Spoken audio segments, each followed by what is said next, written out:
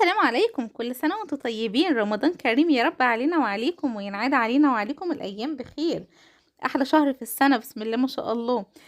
دودو بكت هنا عايزة توريكم الفانوس بتاعها، قالت لي يا مامي ابدأي لي بيه الفيديو. فصورته هنا وكانت بتوريه لكم، قولوا لها يلا رأيكم في الكومنتات في الفانوس بتاعها ده، هي فرحانة بيه قوي. الفوانيس السنة دي نازلة جميلة كده وفيها حركات وبتاع، جبنا لها الفانوس ده.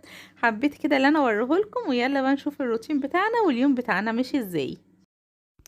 يا صباح الهنا والسعادة، ازيكم عاملين ايه؟ يا رب تكونوا بخير. صباح الهنا والرضا والسعادة يا رب، كل سنة وانتم طيبين، ورمضان كريم علينا وعليكم يا رب العالمين. نزلت السوق كده، جبت شوية حاجات كده تقضيني ايه الاسبوع دوت. في رمضان بقى بجيب الحاجة بالاسبوع عشان دايما الاستهلاك بيكون كتير شوية، عشان بيكون بقى سحور بقى وفطار وكده بقى، ورمضان اصلا شهر الخير بسم الله ما شاء الله. اول حاجة جبت البيض دوت، جبت 15 بيضة دول، ده بيض بلدي جايباهم من عند السوبر ماركت يعني. بعد كده روحت فتح الله، جبت ازازتين لبن المراعي. بس للاسف ما كانش فيه حاجه بتتباع غير المراعي، انا عارفه اللي هو مقاطعه، بس ما كانش فيه حاجه تانية، ما كانش فيه ولا نوع. مش عارفه بقى حاجات بتخلص ولا ايه، مش عارفه. وجبت كمان ربع تركي كده زي ما احنا شايفين. جبت شويه حاجات بسيطه يعني اللي هي تقضي معايا الاسبوع، يعني زي ما احنا عارفين اللي انا عامله فول مع جبنه تركي مع البيض، هو ده كده ايه السحور. ويبقى ايه مرضيه ان شاء الله. وجبت كمان كيلو ونص جوافه، الجوافه لقيتها جميله قوي تنفع بقى في العصير وكده هوت. وجبت كمان كيلو ونص فراوله. بس هي يعني ايه، هي تبدو اللي هي كده، بس هي طلعت معفصه في الاخر، بس مش مشكله، او كله بيتعصر وخلاص. وبعد كده هوت جبت كمان، يعني عديت على فتح الله وايه والسوق كده بالمره. جبت كمان ده كيلو جزر. جزر برضو نازل جميل قوي وسعره حلو قوي. بس للاسف ما ملحتش منه، بس هحاول املح شويه كده ايه ينفعوني برضو. ممكن على نص رمضان بقى يكون استوى كده باذن الله. وجبت كمان نص ليمون زي ما احنا شايفين كده. هبدا بقى ان انا اوزع الحاجات دي كده في التربو وفي التلاجة. بعد كده ايه قلت كده وانا في الروقان احضر شويه عصير جوافه ان شاء الله ينفعونا في الفطار. قطعت بتاع 4 5 جوافات كده ايه، وشلت القلب بتاعهم زي ما احنا شايفين. وحد قال انا اعملهم كده عصير بشويه ميه وبشويه لبن، واحطهم في ازازه ايه واعينهم في التلاجة عشان ان شاء الله ساعه الفطار تكون الحاجه جاهزه. ما بقاش ايه يعني يركن نفسي كده ايه. في اخر وقت التسخين الاكل ووقت سوى الاكل، بيبقى ساعات الواحد مش فاضي بقى يعمل عصير او حاجه. فقلت يا بت ايه، جهزي حاجتك كده بسرعه طالما انت ايه، لسه جايه يعني من الشارع وكده وفاضيه ما وراكيش حاجه. فايه قلت اعمل شويه العصير دول، احلى حاجه في رمضان ما شاء الله الجو بيكون مبروك. بتحسي ان انت بتخلصي كل حاجه بيتك يعني. وقاعده مستريحه كده هوت. ما بتجريش ورا نفسك ولا اي حاجه زي الايام العاديه. وبعد ما عملت العصير قلت برضو اعمل قرص كنافه. مش بعمل كميات كبيره عشان الحاجه ما تباتش معايا. بحب اعمل كل حاجه اليوم بيومه. يعني مثلا لو بعمل قطايف بعمل قطايف ايه على القد كده، بحيث تقضي معانا النهارده بس، فاهمين قصدي. نفس الكلام برضو في الكنافة، بعمل الصينية دي صينية صغيرة خالص اللي هي بتاعة البيتزا، اللي هي الحجم الصغير خالص دي. بعمل قرص كنافة كده، سواء عندي بقى موز.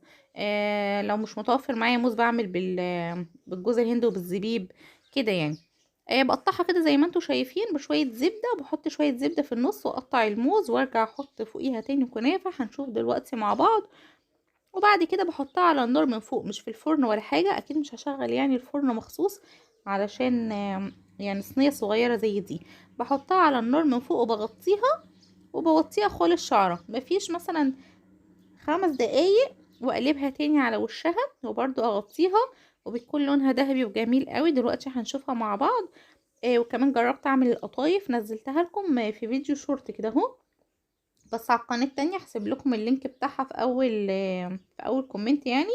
برضو جربت القطايف الصراحة في البيت سهلة وجميلة جدا، بكوباية دقيق واحدة تقدري تعملي كمية قطايف كبيرة تقضي معاكي اليوم بتاعك، وتحشيها بقى الحشوات اللي انت عايزاها.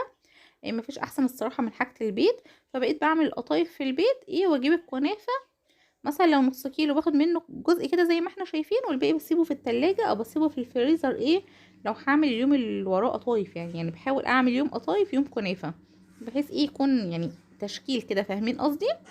بس قلت اجهز كده شوية حاجات وانا الصبح كده ايه في الروقانه قبل ما اليوم ايه يزحم عليا، طالما كده كده ايه واقفه في المطبخ.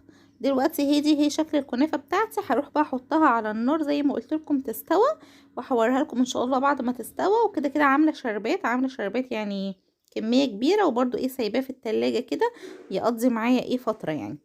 بس عقبال بقى ما تستوى هبدأ ايه اظبط كده شوية حاجات في الرخامة، حاجات بسيطة كده زي ما احنا شايفين.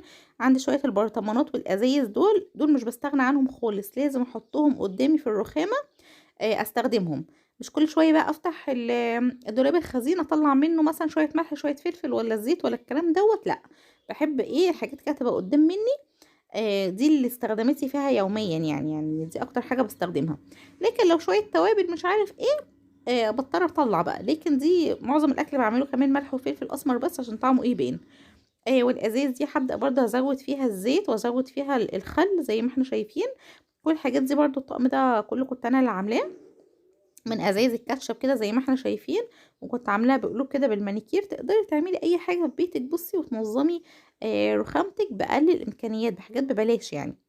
عامله 3 ازايز الصغيرين دول بحط فيهم الزيت، واحده زيت زيتون وواحده زيت ذره، واحده خل، والازازه الكبيره دي لزيت القليه. يعني الازازه الكبيره دي تقضي معاكي ايه الطاسه اللي هي بتاعت القليه، الطاسه الصغيره دي. بس هبدا بقى اللي انا املاهم علشان ايه برضو يكونوا قدامي عشان هم الصراحه فاضوا مني. وعقبال بقى ايه ما الكنافه تستوى. وبعد كده الصراحه النهارده كنا محتارين جدا في الفطار، مش عارفين نفطر ايه. فلسه بقى يعني بنفكر كده. يعني انا الفيديو ده صورته لكم كده الصبح ونزلته، بس الصراحه كنت لسه محطتش فكره ان انا اعمل فطار النهارده ايه. كل الكلام ده مثلا ما عدناش الساعه 12 الظهر. ف فلو الفيديو نزلته بدري اكتبولي كده في الكومنتات ممكن نعمل فطار ايه النهارده. الواحد صراحه ساعات بيتحير بالذات اول كام يوم في رمضان، الواحد بيبقى مخطط كده هيفطر ايه. بعد كده بيكون في يوم بواقي ده اليوم الفاصل بعد كده الواحد بقى ايه بيسرح كده اللي هو خلاص بقى احنا عملنا كده ايه الاكل الاساسيات، ابدا اعمل ايه تاني بقى. فانا الصراحه النهارده مش عارفه، لسه كده هفكر بقى ولا اسالهم كده بس ايه لما اليوم يبدا ونشوف كده الدنيا ماشيه ازاي. هنا خلاص كده كنت بحط الخل بتاعي زي ما احنا شايفين، وحطيت نص ازازه ذره، كان الزيت عندي قرب يخلص. فان شاء الله برضك ايه هنشتري، بس الزيت والسمنه بجيبهم اونلاين، بجيبهم من سوق والحاجات دي.